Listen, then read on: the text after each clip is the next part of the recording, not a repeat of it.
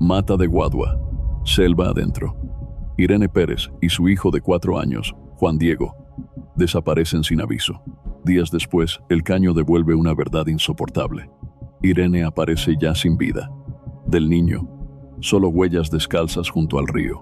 La vereda entera se vuelca a buscar respuestas. ¿Quién sabía que esa casa quedaría sola aquella mañana? ¿Y por qué?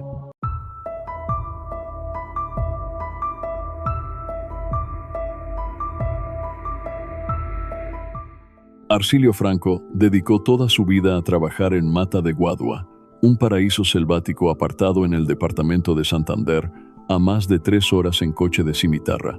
Fue así como, en el año 2010, conoció a Irene Pérez Ruiz, quien en ese entonces tenía apenas 18 años.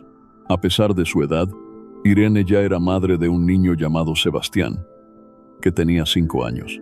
Irene tenía la cara delgada, con espinillas, un lunar visible en el rostro, ojos de color café y un cuerpo sencillo. Se destacaba por ser una joven sonriente y alegre.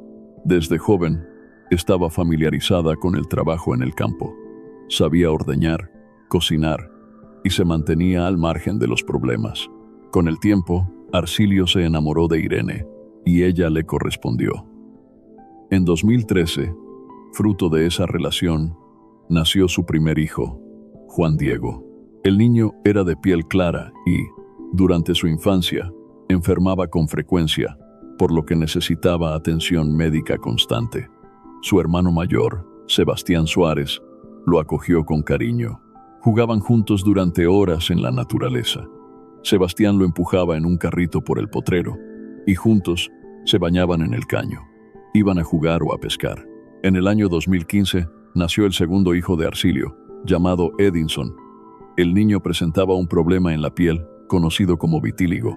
Por esta razón, su padre debía llevarlo con frecuencia a consultas dermatológicas en Bucaramanga, un trayecto extenso desde la vereda Mata de Guadua, que implicaba ausentarse del hogar durante varios días. La última vez que Arcilio realizaría ese viaje fue en marzo de ese mismo año. Debido a la distancia, hasta la ciudad, era necesario salir con 2 días de anticipación.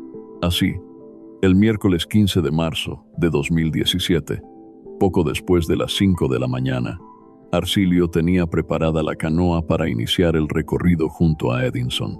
Irene y Juan Diego, el otro hijo, permanecerían en la finca. Por su parte, Sebastián, el mayor de los 3 hermanos, se dirigía a la escuela. Al llegar el mediodía de ese miércoles, mientras Arcilio iba camino a Bucaramanga, Sebastián regresó del colegio. Al llegar a casa, notó algo inusual. Su madre y su hermano Juan Diego no estaban. Recorrió toda la finca buscándolos, pero no logró encontrarlos. Con el paso de las horas, y al caer la noche en la vereda Mata de Guadua, un lugar sin señal y sin vecinos cercanos, Sebastián no tenía forma de comunicarse con nadie. Esperaba que todo se resolviera en la mañana del jueves. Según lo que pensaba, su madre no solía irse. No era algo que hubiera hecho antes. Esa noche, Sebastián estuvo solo. Supuso que su madre había ido al pueblo. No había comida preparada, pero él sabía cocinar. A sus 11 años, se encargó de prender el fuego, preparar arroz con huevo, lavar la loza y la ropa, y continuar asistiendo a clases. En la escuela, comentó la situación a una profesora, a quien le dijo que su mamá no estaba. La docente no le creyó de inmediato y lo mandó de regreso. Pasaron el jueves, el viernes y el sábado. El rumor de que Sebastián estaba solo en la finca de Arcilio llegó a oídos de su tía Isilda. A las profesoras, Sebastián les había contado que desde el día en que su madre y su hermano se fueron, él había estado solo. Sin embargo, Isilda no le creyó. Consideró que era una exageración y pensó que nadie podía estar completamente solo allí. Durante esos días, Sebastián permaneció solo en la finca, acompañado únicamente por la oscuridad y el sonido persistente de los sapos que llenaban el ambiente de la vereda. De repente, logró distinguir unas luces a lo lejos en el camino. Eran su padrastro Arcilio y su hermano Edinson, quienes regresaban de Bucaramanga. Al encontrarse con Sebastián, Arcilio comenzó a hacerle preguntas y notó algo preocupante. Sebastián mencionó que no había vuelto a ver a su madre desde el día que se fue, y que la casa estaba en el mismo estado en que la habían dejado, organizada, pero con suciedad de animales como gallinas. En ese momento, Arcilio comprendió que Irene y el pequeño Juan Diego llevaban casi 4 días desaparecidos. Decidió cruzar el río y dirigirse a la casa de su hermana Isilda. Allí, una trabajadora advirtió a Isilda de la llegada de su hermano.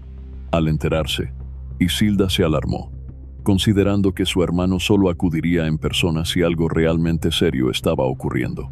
Salió de la habitación alterada y al ver a su hermano llorando, supo que la situación era grave. Esa noche, ninguno de los dos logró dormir, abrumados por pensamientos e hipótesis. Si Irene y Juan Diego estaban vivos, si podrían haber muerto, si algo los había separado de forma definitiva. Al amanecer del domingo 19 de marzo, con el primer canto del gallo, Arcilio se levantó decidido y se alistó para iniciar la búsqueda de su esposa y su hijo. Habían pasado 4 días desde la desaparición de Irene y Juan Diego. Brian, sobrino de Arcilio y residente en una finca cercana, se dirigía hacia la propiedad de su tío con la intención de organizar la búsqueda. A unos 200 metros de la casa, al cruzar un caño, observó cómo 2 aves carroñeras levantaban vuelo. Al mirar hacia donde estaban, notó algo blanco en el agua. Al acercarse, encontró el cuerpo sin vida de Irene, flotando en el caño. Brian, impactado por la escena, se dirigió de inmediato a informar a su tío Arcilio. Este se aproximó al lugar indicado y pudo ver el cuerpo de Irene. Parte de la vestimenta era visible, pero notó que algo no estaba bien. El cuerpo fue hallado en circunstancias que generaron sospechas de un posible acto violento. Las condiciones en las que se encontraba indicaban que no se trataba de un accidente. Consternados, vecinos y familiares dieron aviso a las autoridades. El 19 de marzo de 2017, aproximadamente a las 10 de la mañana, el comandante de la estación de policía de Cimitarra informó sobre el hallazgo de un cuerpo en la vereda Mata de Guadua. En respuesta, un equipo de investigación se desplazó al lugar, iniciando el recorrido desde Cimitarra hasta el corregimiento de la India, y luego, continuando en bote río arriba, hasta llegar a la escena. Los agentes hallaron el cuerpo de Irene en una zona de difícil acceso, con indicios de violencia que motivaron una investigación formal por posible homicidio. Los investigadores permanecieron durante horas, examinando la zona en busca de cualquier indicio que pudiera conducir al responsable del crimen o aportar información sobre la causa y el contexto de la decapitación. Sin embargo, no encontraron rastros. El autor del homicidio no había dejado huellas. Solo se sabía que el asesino era desconocido y que seguía libre. El hecho causó profunda conmoción en la comunidad, una zona que había sufrido en el pasado los efectos de la violencia, pero que no registraba un caso así desde hacía mucho tiempo. Aún así, lo que generaba mayor preocupación no era solo la muerte de Irene, sino la ausencia de su hijo menor, Juan Diego. No había señales de su paradero. La posibilidad de que el niño estuviera en peligro, o incluso sin vida, era la mayor angustia que enfrentaban en ese momento. Algunas personas pensaban que el niño podría haberse marchado por su cuenta, mientras otros mantenían la esperanza de que estuviera resguardado en alguna vivienda cercana o en casa de un vecino. La noticia de su desaparición se propagó rápidamente por las fincas aledañas. Los residentes de la zona ribereña del río Minero se unieron en una búsqueda incansable. Personas de veredas cercanas, amigos y conocidos de Arcilio recorrieron el caño donde había sido encontrado el cuerpo de Irene, los alrededores de la finca y las zonas cubiertas por matorrales densos. También inspeccionaron los ríos cercanos, sin encontrar ninguna señal. Juan Diego tenía solo 4 años y llevaba 5 días desaparecido. Las condiciones del entorno, selvático y hostil, hacían difícil pensar que un niño tan pequeño pudiera sobrevivir tanto tiempo a la intemperie. A medida que pasaban las horas, la posibilidad de encontrarlo con vida se reducía. Cayó la noche sobre Mata de Guadua, y Juan Diego seguía sin aparecer. Al día siguiente, lunes 20 de marzo, ocurrió un descubrimiento que renovó las esperanzas. Sebastián, el hermano mayor, caminó hasta el río y observó algo en la arena: huellas descalzas. Este hallazgo sugería que Juan Diego había llegado hasta la orilla del río por su propia cuenta, aunque quedaba la duda de si lo había hecho solo o si alguien más lo había llevado hasta allí. Al enterarse, Arcilio se dirigió al río, subió a la canoa y comenzó a navegar, con la posibilidad de que la corriente hubiera arrastrado al niño aguas abajo. El río Minero, testigo silencioso de lo ocurrido, era el único que podía contener respuestas. Sin embargo, al caer la noche del lunes, no había nuevas pistas sobre el paradero del menor. En la mañana del martes 21 de marzo, 6 días después de la desaparición de Juan Diego, Eliseo Quiroga, presidente de la Junta de Acción Comunal, se movilizaba hacia el corregimiento de la India para coordinar apoyos en la búsqueda. Iba acompañado por Brian, con quien se disponía a recoger a un grupo de personas que el alcalde había enviado para colaborar. Durante el trayecto, al pasar por una playa, observaron a varios gallinazos volando en círculos. Decidieron acercarse al lugar para verificar la situación. Desembarcaron la canoa cerca de unas piedras y caminaron hacia la zona donde habían visto las aves. En una zona cercana, se encontraron restos humanos que, tras ser analizados, confirmaron la identidad del menor desaparecido.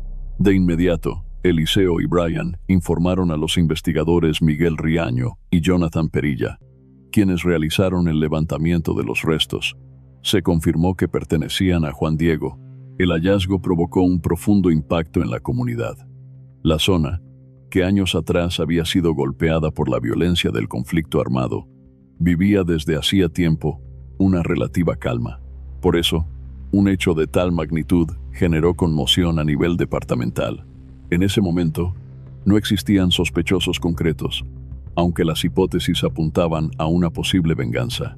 Arcilio era una persona conocida en la comunidad, alguien que había crecido allí, sin antecedentes ni conflictos con otros. Su familia también era reconocida por su conducta pacífica y respetuosa. Entre las personas que solían trabajar en la finca de Arcilio, se encontraba Libardo Solano, un hombre de confianza que colaboraba frecuentemente. En ocasiones, cuando Arcilio debía ausentarse, Libardo se quedaba cuidando la casa y los animales. Libardo también estaba encargado de supervisar a otros trabajadores eventuales que llegaban a la vereda Mata de Guadua. Uno de ellos fue Pedro José Suta, un joven de 25 años que llegó en noviembre de 2015. Se trataba de una persona joven, de estatura baja, con textura gruesa y con una condición física que lo hacía cojear y arrastrar un pie. En sus primeros días en la finca, fue visto como un trabajador eficiente y como una persona amistosa. En mayo de 2016, Pedro José Suta se presentó en la finca de Arcilio en busca de trabajo.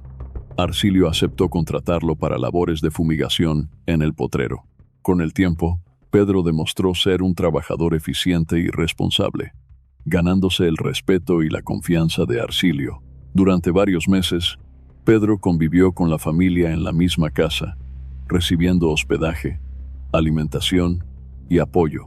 Sin embargo, en septiembre de 2016, las labores en la finca disminuyeron y no había más trabajo disponible, por lo que Pedro se marchó. En marzo de 2017, Pedro reapareció en una finca cercana a la de Luis Norberto Serna, conocido como Don Lucho. Quienes lo conocieron en ese momento lo describían como una persona amable, trabajadora, alegre y fácil de tratar. Arcilio recordó un encuentro con Pedro, ocurrido 3 días antes de la desaparición de Irene y Juan Diego. El joven se había acercado a la finca para pedirle unos racimos de plátano, con intención de comprarlos. Arcilio accedió, aunque le indicó que los cortaría al día siguiente. Durante esa visita, Pedro le hizo una pregunta repetida que resultó inquietante para Arcilio, relacionada con si alguien más sabía que él viajaría. Esa conversación hizo que Arcilio comenzara a sospechar de él. Muy pocas personas sabían que Arcilio saldría hacia Bucaramanga y que su esposa e hijo quedarían solos en la finca. Con esta información, Arcilio alertó a los investigadores, quienes comenzaron a buscar a Pedro. No se tenía noticias de él desde el miércoles 15 de marzo, día en que Arcilio partió hacia la ciudad. Los investigadores iniciaron un rastreo para reconstruir sus últimos movimientos.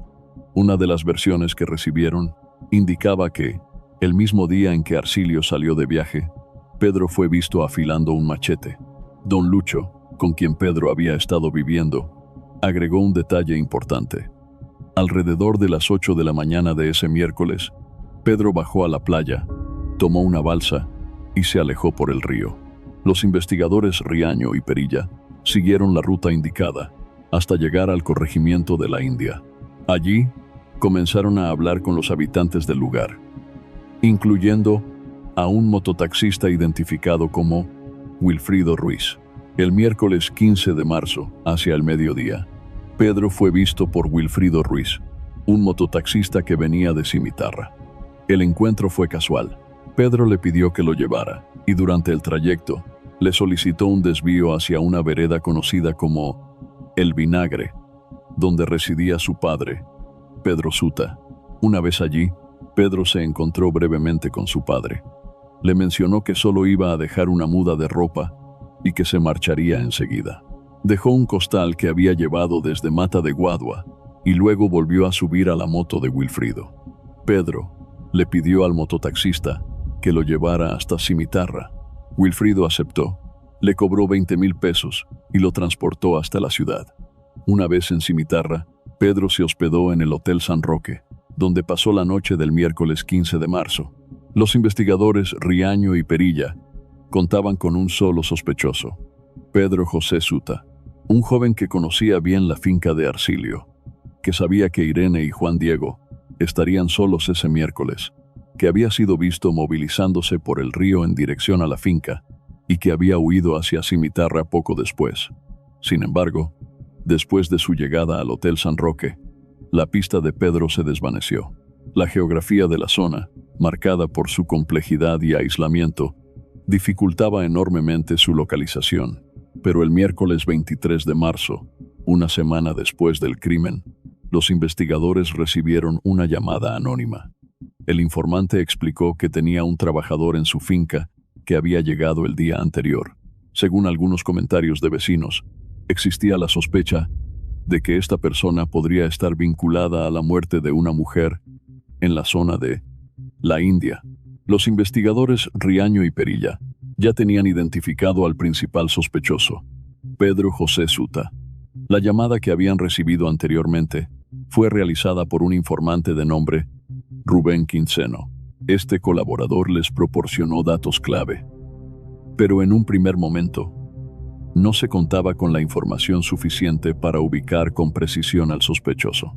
El miércoles 23 de marzo, Rubén Quinceno volvió a establecer contacto telefónico con los investigadores. Esta vez, ya tenían ubicada la localización de Pedro José Suta, gracias a una línea telefónica interceptada.